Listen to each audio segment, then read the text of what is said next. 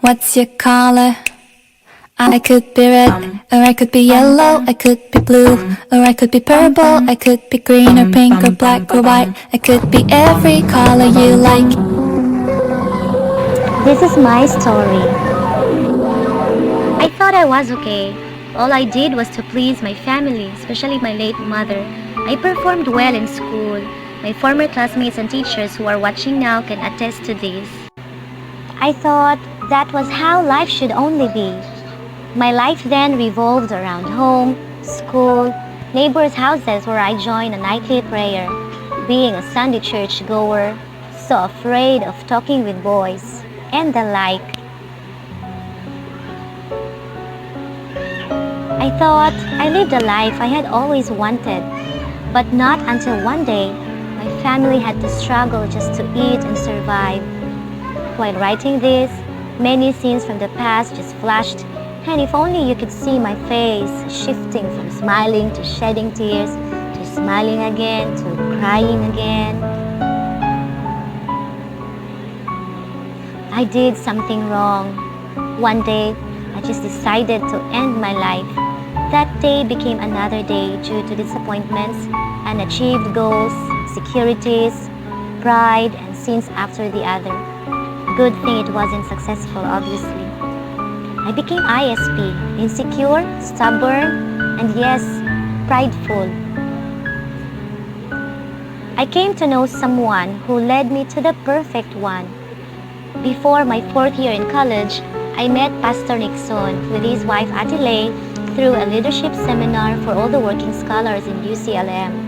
I learned many things, but the most valuable takeaway I have been keeping now until forever is this: there is more to life than being a diligent learner.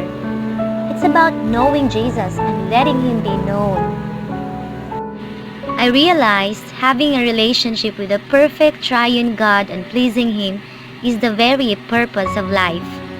So I signed myself up to a Bible study, then began my exciting journey of what life should be.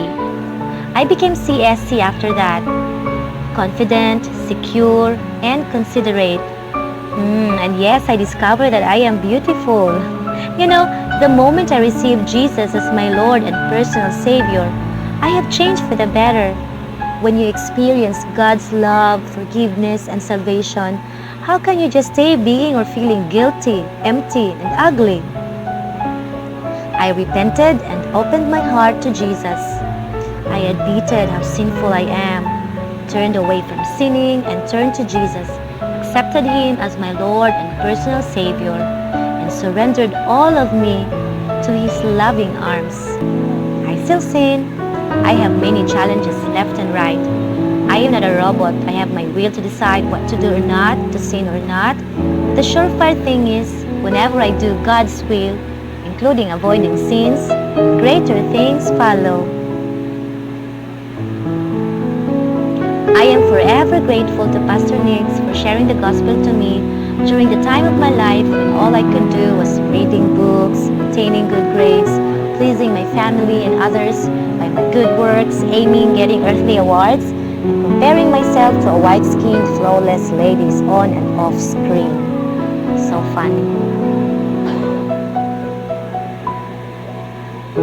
I am blessed by God with great pastor mentor. Thank you so much, Pastor Boom and Ate Jeanette, for all your selfless labor of love in helping me to grow, and glow with God's grace. I am it. This is me, a sinner saved by grace. From a woman who wanted to be different for people's attention to a woman who makes a difference for God's glorification.